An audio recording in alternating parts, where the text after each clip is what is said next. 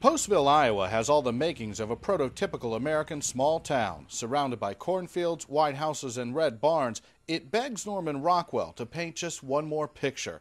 But Postville has long had something that makes it stand out. The people here include Hasidic Jews, Hispanic Christians, and a large contingent of Muslims from Somalia. Tiny Postville, Iowa is a melting pot of cultures rivaling any big city you'll find. But life here has changed this summer. We can't even measure the amount of damage that we see.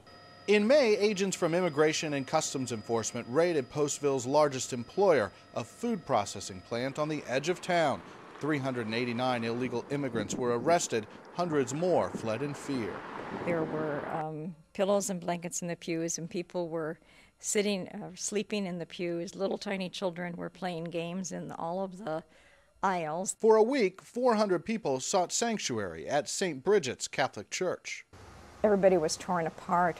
We were living with intense fear, with a lot of unknown as to what the future was going to be. The future may be unknown. The present is devastating. This woman, who's afraid to show her face, says her husband was arrested and has already been deported. She can't leave because ICE placed a tracking bracelet on her ankle. She can't work because the bracelet marks her as illegal. I'm scared, she says, saying she thinks about the raid all the time.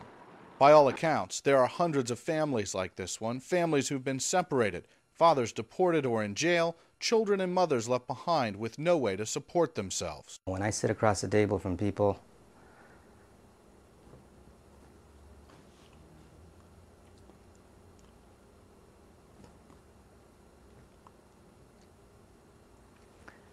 people that have been used to working for everything they had are all of a sudden having to sit across the table from someone who has to give them a handout. And it's not just immigrant workers from the plant who are suffering. Cesar Ochoa runs a market and restaurant. Before the raid, 200 people a day came in. Today, a handful. And at the lunch hour, not one person was eating. Before that's very, very good. Yeah. Now just go down. All the business, the neighbors go out of the business next month. No one here denies the workers were in the country illegally, but the people of Postville say they want immigration reform to make sure this doesn't happen again, and they want it right now. I can't believe that a government or a government agency that can create this much damage and not really be concerned about it. State and federal investigators are also looking into unsafe working conditions at the plant, including allegations child labor laws were broken. Rich Matthews, The Associated Press, Postville, Iowa.